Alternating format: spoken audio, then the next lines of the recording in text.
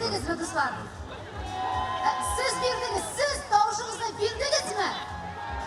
Evet, dürüst işlegensiz. Çünkü biz kadirli kızlar, müne diyen devlette yaşamaya bu bizden kollarda.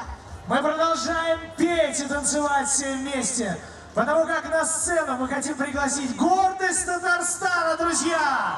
Для вас поет заслуженный артист России, народный артист Республики Татарстан. Kadirli kızlar karşı olamız. Встречайте!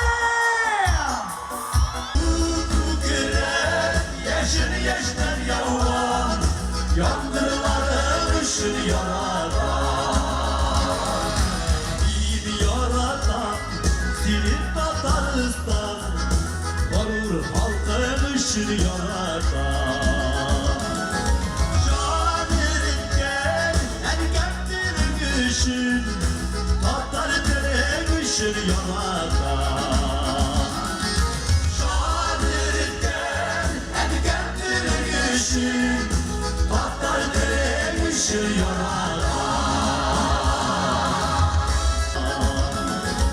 Bu dayıların, seydaşların ışın, şehirlerin ışın yaradan. Татарстан Республикасы һәм татарлар турында тулы мәгълүмат.